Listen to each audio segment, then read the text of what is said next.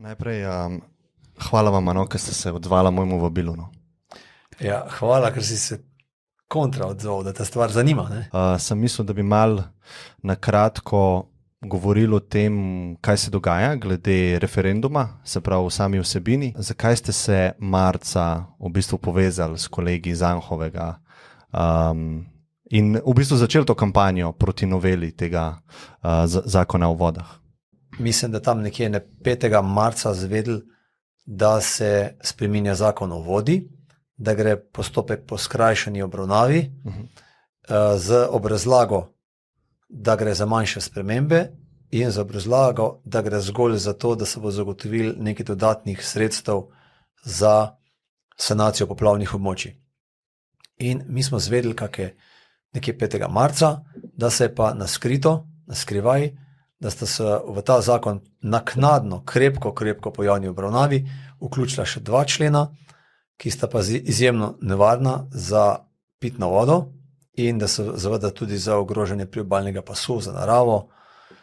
In sicer 69. člen, ki je dovoljeval gradnjo nevarnih obratov, ki vsebujejo nevarne kemijske snovi, pomeni tovarn, ki pri obratovanju uporabljajo tudi take nevarne kemijske snovi, tudi na vodovarstvenih območjih. In pa 37. člen, ki je dovoljeval gradnjo na priobalnem območju, znotraj tega pasu 40 metrov. In zakon je, ta 37. člen je dodatno dovoljeval takšno gradnjo in celo dovoljeval je gradnjo na vodnem telesu, na vodi in tudi na ponikalnicah. In seveda, ko smo ugotovili, smo nekako na občutek šli, da to pa pravzaprav gre za nek poskus, kako mimo civilne družbe, mimo strokovnih društev, mimo stroke na tiho speljati nekaj, kar bo na roke napisano kapitalu, investitorjem, da bojo lažje posegali po teh priobalnih območjih, po zidavi in tako naprej. In smo se nekako čutili, da je treba takoj narediti nekaj, da se o tem obvesti javnost. Priobalni pas je pomemben iz več vidikov, a ne?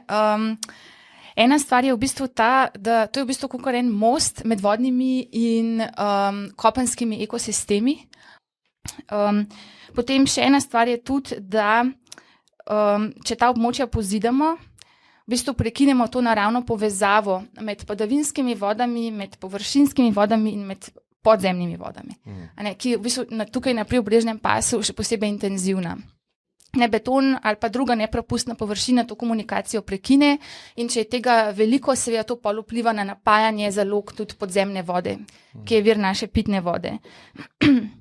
Hkrati pa ta območja prispevajo tudi k poplavni varnosti. Zaradi tega, ker pravzaprav izven naselij v naravi, ob rekah, želimo, da se tja visoke vode razlijajo. To je dobro in za naravo.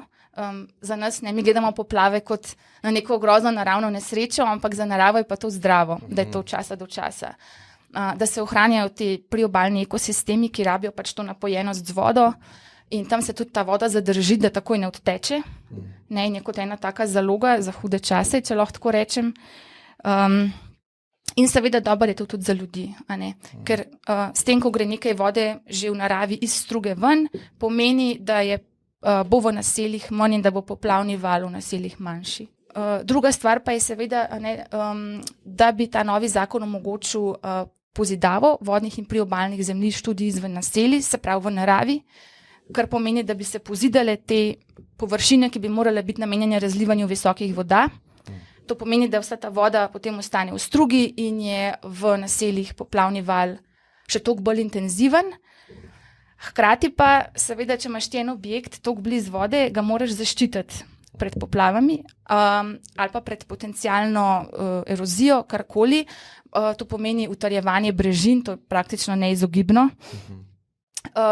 In včasih tudi ravnanje struge. In zdaj, če imaš ti ravno strugo z utrjenimi brežinami, to pomeni, da voda dobi veliko moč in hitrost in spet poplavni val to še dodatno potencira. Preko novih občinskih prostorskih načrtov bomo pozidali nova območja. In ker gre ravno v nasprotno smer. In jaz mislim, da ministra veliko bolj zanima kot sama tista prava poplavna varnost, ga zanima investicija. Milijoni, ki grejo za poplavno varnost, in predvsem jih zanima to, kdo bo imel bagre, kdo bo imel material, kdo bo betoniral, kdo bo to strugo, spremenil in kdo bo pobral denar. In tukaj se pogovarjam o velikih denarjih. In jaz sem prepričan, da veliko bolj kot poplavna varnost jih zanima investicija in višina denarja. Kakšne vrste gradenj bojo dovoljene, ki niso zdaj dovoljene? Se pravi, kaj je razlika med trenutnim stanjem in novim predlaganim zakonom? Novela pa to spreminja v večjih stvareh. Prvo, nivo odločanja se spušča. Če je prej najvišji nivo vlada mogla odločati, pomeni podkupiti vlado, vplivati na vlado, ne, je verjetno dosti teže kot na uradnika, ki bo zdaj odločil. Ker zdaj se bo odločalo z izdajo gradbenega dovoljenja na upravni enoti. In seveda uradnik na upravni enoti načeloma posluša napotke od vrha. Njegov nadrejeni mu daje največkrat napotke, kako naj se izdajo dovoljenja. In dejstvo, da tudi če se ne bo strinjal, se bojo na njega izvajali pritiski, se zvija roke, in tega smo videli v preteklih letih ogromno. Tudi v primerih, kjer zakonodaja dovoljuje temu uradniku, da popolnoma samostojno odloča in da ne sme biti nobenih pritiskov na njega, smo mi doživeli tega toliko, da pač vemo, da v praksi tako je. In da niže kot pustimo, večji bojo pritiski. In dejstvo je, na vlado bo absolutno težje izvajati pritisk, kot pa na enega uradnika na upravni enoti. In seveda, zdaj je možno graditi tudi v prostoru, v katerem je treba imeti zgolj, v bistvu je treba urediti OPN, znači občinske prostorske načrte. In če pride pravi investitor, in če se pravi ljudje skupaj usedejo, potem se bojo občinski prostorski načrti zarišejo se seveda na novo, v nov priobalni pas, ne v obstoječi, ne, v že obstoječo gradbeno, ampak prav za določenega investitorja, ki bi ob priobalnem pasu, na vodnem telesu ali celo na ponikalnicah, ker nov zakon dovoljuje, rad gradil, se bojo naredili novi občinski prostorski načrti. In nič se ne spremeni. Direkcija za vode bo pač pod istimi pogoji izdala dovoljenje in potem odloča nižja stopnja. In seveda imamo primere, ko je direkcija za voda izdajala soglasje tudi tam, kjer jih ne bi smela, pa so potem tam bile poplave. In seveda, kaj je tukaj zelo pomembno, ko pride investitor z dovolj denarja, ali pa ko imajo dobre ideje, ki je bi oplemenitili svoj denar, potem se tam delajo OPN-jev. Če ti kupiš neke parcele, dokler tam ni občinski prostorski načrt, tam ne dovoljuje gradnje, daš lahko mogoče, ne vem, 10, 20, 30, 40 tisoč evrov za tukaj in tuk parcel. Ko dobiš tam OPN in ko se tam na tem pasu dovoljuje gradnja, potem se ne vem koliko kratniki oplemeniti vrednost teh parcel. In seveda tu sodelujejo ta pravi ljudje, ki to znajo speljati. In to se je že videl in ta zakon seveda omogoča ravno to. To, da bojo tisti, ki imajo te izkušnje že, to tako toliko lažje delali in posegali na priobalna območja in v bistvu ukrnili našo pitno vodo. In v bistvu iz teh razlogov tega absolutno ne smemo dovoliti. Seveda se pa pogovarja zelo zavajajoče. Minister govori o tem, da bo preprečil gradnjo tovarn, ki naj bi se do zdaj lahko odgradile. Ker seveda ni res, od leta 2008 naprej ni bila zgrajena nobena tovarna in s tovarna na priobalnem pasu prav gotovo ne bi šla skozi dovoljenja, ki jih mora direkcija za vode izdati. Znači, ne po obstoječem zakonu prav gotovo ne more biti. In jaz upam, da tudi ne po noveli ne bi smela biti. Ampak seveda govorijo pa o obratih, o objektih za javno uporabo, za javno rabo. Ker ljudi zelo hitro zavede, pa mislijo, ja, to je v bistvu, to je naše, to je za nas, kot neko javno dobro. Ja, v bistvu je pa kot nek park, sprehajalna pot, kolesarska steza, čolnarna. Ampak v bistvu, če pogledamo zakon, objekti za javno uporabo so gostilne, trgovine, hoteli, parkirišča, petroli. Vse to je možno zidati. V privatni lasti v bistvu. In seveda, ker je zelo važno, v privatni lasti. In to gre pa še, bom rekel, toliko bolj potrebno poudarjati, zato ker predlagatelji zakona in minister neprestano razlagajo, da hočemo mi graditi neke vile, ne, za privat last. Ne, ni res. Ne. Lete, prav vsi objekti, ki jih ta nov zakon dovoljuje, so možni v privat lasti in tam bojo. In še en člen je tam zelo sporen, in sicer ta, da je to privat lastnino, ki bo seveda javno dostopna, pod pogoji, ki jih bo lastnik dal. Ja, in vemo tudi, ne, da te lope in podobni enostavni objekti zelo hitro prerastejo v privat vikende. In spet potem sledi ograditev. Preden gremo naprej, bi Uroš tebe vprašal, ne, ker velikokrat sem slišal, da ti očitajo, da te podpirajo pač leve stranke. Ne. Mogoče sam tvoj odgovor na to, glede dotičnega primera, ker sam sem tudi neopredeljen, oziroma mi je vseeno, ne, se odločam case by case, ne, na podlagi primerov. Ne. Mogoče samo en primer za to, da ne bo kdo dobil občutek, da gre tukaj za politično vprašanje. Mogoče, no. Minister bi zelo rad v bistvu njegov in tudi namen predlagateljev je seveda skregati ljudi med sabo, jih razdeliti. Čim manj ljudi, da pride na referendum glasovati proti tem zakonu, in to je eden od ciljev. Bolj kot ljudi med sabo spreš, lažje ti je pripeljati eno tako umazano stvar skozi. In seveda neprestano očita, da delamo za leve. Ne? Ampak dejstvo je, mi nimamo ne leve, ne desne vode. In vse, kar delamo, delamo za vse državljane Slovenije, ki do danes lahko odprejo pipo in iz nje priteče pitna voda. Pomeni, mi to, kar delamo za zaščito pitne vode, za zaščito priobalnih območij, delamo za vse državljane. Tudi za volilce SDS-a, Nove Slovenije in pravzaprav vse, tudi vladnih strank. Ne? Drugo, kar je, imamo, kar se tiče leve pa desne, samo to, če daš pipo v levo ali pa v desno, imaš toplo pa mrzlo vodo. To je edina razlika, kar jaz vidim, kar se tiče leve pa desne pa vode. Drugo pa, kar se tiče mene, je pa dejstvo, da sem v vseh teh letih veliko več opravka imel z levimi vladami ali pa sredinsko levimi vladami in da sem ves čas se boril z njimi in jaz nimam nobene težave se upreti levem, sredinskem ali pa desnem, če delajo slabe stvari, ali pa sodelovati z enimi, z drugimi, ali pa s tretjimi, če delajo dobre stvari.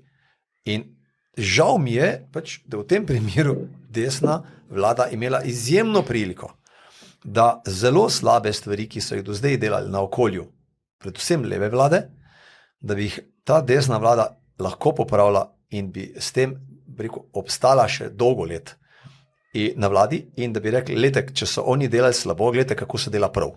Ne? Ampak žal te priložnosti niso izkoristili in delajo povsem isto, kot so delali že tisti pred njimi. Delajo za kapital. In tudi, če en drugemu očitajo, da so en lev ali pa desen, v končni fazi zanima jih samo eno. Vsi vejo, da je barva denarja ista in da omogočajo kapitalu in da se skupaj napajajo pri tem koritu.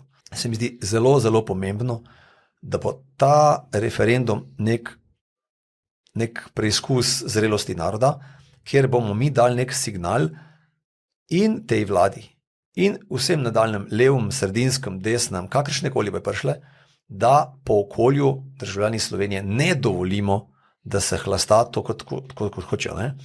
In če bomo tak signal dali, potem vsaka naslednja vlada bo zelo dobro vedela, ko bo hotela podobno zadeve speljati kot ta, da se lahko opeče, da lahko dobi minus pike, da lahko dobi kazen, ki se bo na koncu poznala na volitvah, izgubljajo politične točke, izgubljajo na volitvah in ta signal mi kot državljani to moramo dati. Pa ne samo te desni vladi, za vse vlade, da se več ne dotaknejo takih stvari in da je več take neumnosti ne prihajajo na misel, zato je tudi za tuk let naprej pomembno, da se ta referendum dobi in da ljudje v dosti velikem številu pridemo na referendum in ga zavrnemo, ta zakon zavrnemo. Ja, super. Mogoče navezava na to, dostikrat sem slišal o tem primeru iz Avstrije. Ne? A bi lahko malo to pokomentirali za tiste, ki ne vejo nič, kaj se je tam zgodilo, ker so imeli podobno situacijo, kot sem jaz razumel. Ne? Ja, v bistvu v Avstriji, ne, če gremo na izlet, recimo na ta velika ledeniška jezera na Koroškem, vidimo, da je prosto dostopen, brezplačen, le en majhen kos obale, vse ostalo je zagrajeno, celo podključen, da sploh ne moreš do vode, če nisi pač lastnik tam bližnjih hiš oziroma tega priobalnega zemljišča. In tega si absolutno ne želimo. Ta zakon bi pa razširil možnosti gradnje objektov v zasebni lasti na vodna in priobalna zemljišča in je, bom rekla, tak zelo poučen primer, česa se moramo nadaleč izogibati. Tudi dejstvo je, ne, da jaz sem pač recimo kot zaposlena v javni upravi, dajem mnenja o vplivih posegov na vode in te varovalke se zelo hitro obidejo, kako je rekel Uroš, so pritiski na javne uslužbence, na direktorje in bolj ko rahljamo zakon, več prostora za manipulacijo dajemo.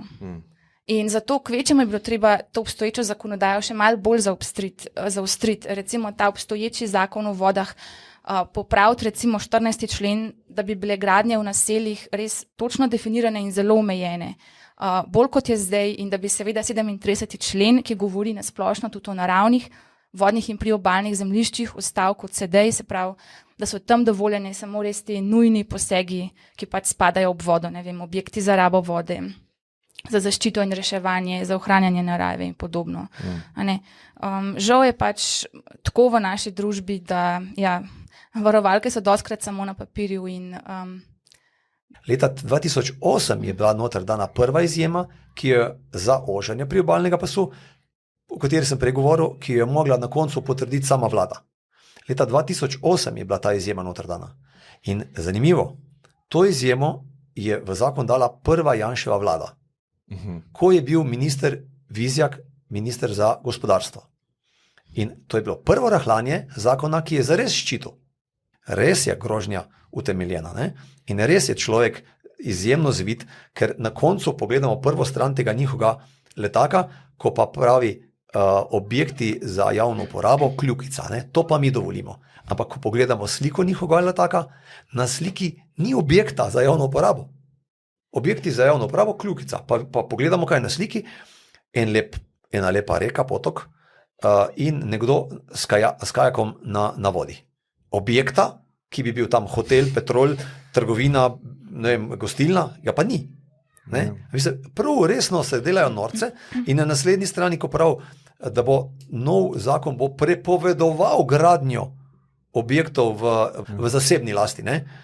Ja, mislim, totalna laž.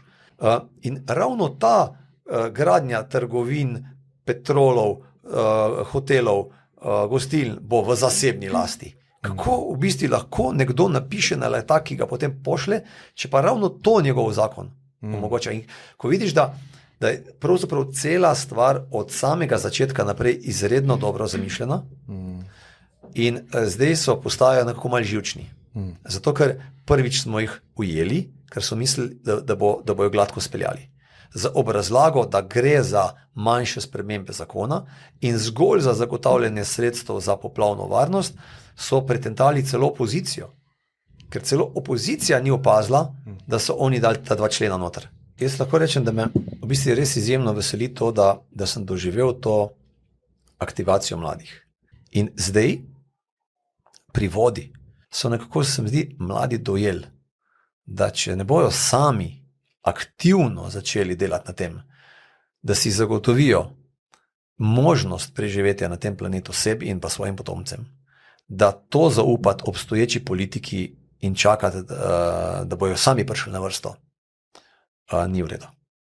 In dejansko jaz mislim, da nad 18 let je ogromno mladine, ki do zdaj nikoli ni šla na volitve in niso delali na politiki, ne? In na spreminjanju družbe. Ampak to je tudi en tak problem, mogoče posebno v Sloveniji, ker smo neka mlada demokracija, mlada država, ki smo odprej bili vajeni pač enopartijskega sistema ali kakorkoli in smo potem kar nekako se znajdli v neki demokratični državi, kjer so volitve tiste, ki nekaj naredijo in ne vem, mogoče nekako naivno vzeli vse skupaj, ne, da greš na vsake 4 leta na volitve, zvoliš svojega predstavnika in potem verjameš, da te bo on zastopil. Ne. Nič ni brez zares aktivnih državljanov. Če aktivni državljani ne gledajo vsake poteze posebej, politikov. In da se na dobre poteze ne odzivajo državljani in na slabe poteze ne odzivajo, potem bo politika delala, kar bo hotela. Mi, če hočemo državo funkcionira, ne moramo kritizirati državo, da je država slaba, ker mi smo država. Mi smo država. Mi moramo biti aktivni državljani. In ni vsa krivda zgolj v parlamentu. Ne?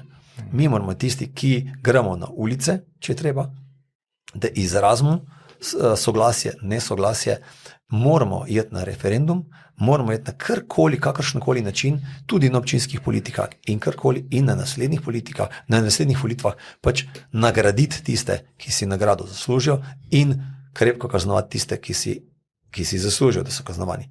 In potem se bo politika naučila. Ne? Ker sicer pa politika daje lepe besede mesec, dva pred volitvam, od trenutka naprej, ko pa sedi na svojih stolih v parlamentu, pa dela izključno za kapital in za denar in za lastni interes. Je pa žal, imamo pa tudi težavo v sistemu, ki ga imamo, teh volitev, ker sistem je pač tako postavljen, da s tem piramidnim sistemom na vrh pridejo ne tisti, ki si jih ljudje želeli ali pa ki bi si jih narod zaslužil, ampak vsega drugega. No, tako da tudi tukaj bo treba razmišljati o kakih spremembah in seveda jaz sem prepričan, da je treba narediti elektronske volitve, ker če država hoče poslušati svojega državljana in če hoče, da so državljani tisti, ki bojo vplivali na politiko in na razvoj in to zgodbo nam neprestano poslušajo, potem nam dajte možnost. Dajte možnost elektronskih volitev, pa boste videli, kakšna bo udeležba in kakšne bo tudi razlike na volitvah, ker imamo pač določene stranke, ki imajo zelo ubogljive volilce, imamo določene, kjer ne grejo, ampak vsakem je treba omogočiti na najbolj možen enostaven način, da pride do volitev. To bi si mogla, mislim, da pride do možnosti, da izrazi svoje mnenje. In to bi mogla država narediti vse, da to zagotovi. In danes ta tehnika obstaja. In ko bo to zagotovljeno, bo mladi še toliko bolj aktivno delali. In se pa že kaže, da v teh primerih vode, v primerih podnebnih sprememb in od tega se pa dogaja neka družbena sprememba, kjer so se pa mladi dejansko zdaj zbudili. In v nedeljo bomo videli, če bo ti mladi iz svojih Facebook profilov odšli tudi na volitve, potem bo to velik dan za to državo, ker bomo pokazali neko zrelost naroda in mladih, ki so se odločili, da bojo vplivali na svojo prihodnost.